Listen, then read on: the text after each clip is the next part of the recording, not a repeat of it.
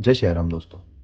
दोस्तों एक बात बताओ, अगर मैं आपसे कहूं कि एक कंपनी ने 100 करोड़ रुपए कमा लिए, तो क्या इसका मतलब वो कंपनी रिच हो गई?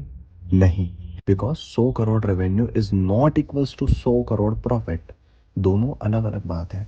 तो चलिए आज सिर्फ मैं कुछ मिनट्स में आपको ये चीज़ समझाता हूँ। आज हम बात करने वाले हैं एक ऐसे टर्म के बारे में जो बिजनेस की दुनिया का ऑक्सीजन है।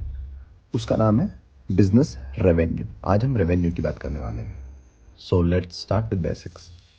रेवेन्यू का मतलब होता है, रेवेन्यू का सिंपल मतलब ये है कि बिजनेस को कितना पैसा मिल रहा है अपनी चीज़ें बेचकर या सर्विस प्रोवाइड कर।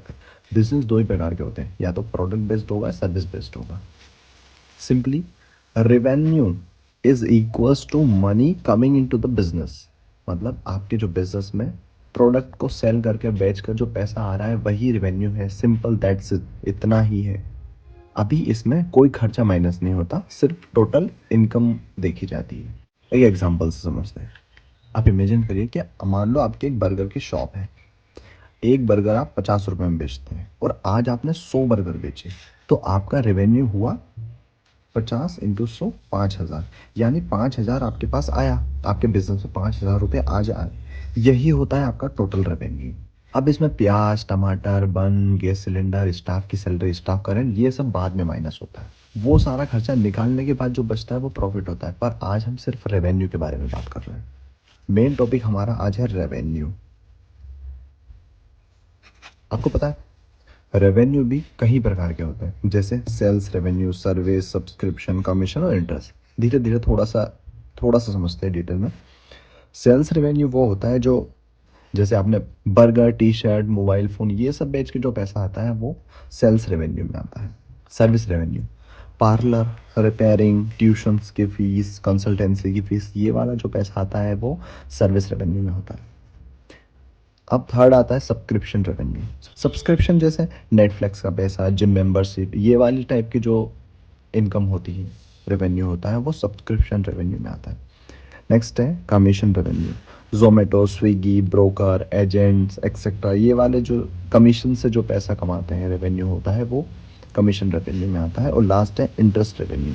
आपका पैसा मान लो बैंक में है या फाइनेंस कंपनी में कहीं है और उस पर जो इंटरेस्ट आता है, ऐसी वाली चीज़ आती है, वो इंटरेस्ट रेवेन्यू कहा जाता है।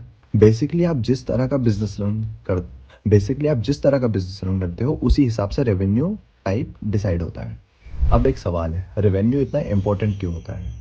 मैं कुछ पॉइंट्स यहाँ पे लिख देता हूँ।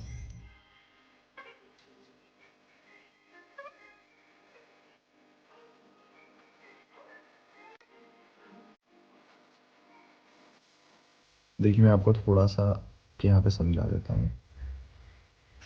इम्पोर्टेंस की बात कर रहे हैं, रेवेन्यू इंपॉर्टेंट क्यों होता है? रेवेन्यू से पता चलता है कि बिजनेस ग्रोथ कर रहा है या नहीं। और जो इन्वेस्टर होते हैं वो रेवेन्यू देखकर ही ट्रस्ट करते हैं। बिजनेस की प्लानिंग भी रेवेन्यू देखकर ही की जाती है। आपके बिजनेस की मार्केट वैल्यू रेवेन्यू देखकर ही डिसाइड की जाती है, जज की जाती है।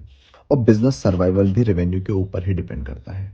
अगर रेवेन्यू गिरने लगा तो बिजनेस के लिए रेड फ्लैग हो सकता है। इसका एक छोटा सा फॉर्मूला है, मोस्ट ऑफ द केसेस में यही होता है। रेवेन्यू निकालने के लिए price equals to sold quantity,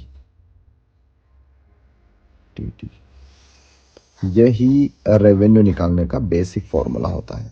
तो दोस्तों अब आप जब भी रेवेन्यू वर्ड सुनोगे तो आपको बिल्कुल क्लियर हो जाएगा कि ये होता क्या है। Remember the golden line, revenue equals to business में आने वाला टोटल पैसा। अगर आपको ये वीडियो हेल्पफुल लगा हो तो लाइक कीजिए, सब्सक्राइब कीजिए और कमेंट में बताइए कि अब नेक्स्ट आप कौन से बिजनेस टॉपिक के बारे में जानना चाहते हैं।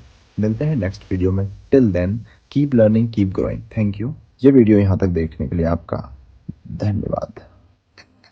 Thank you.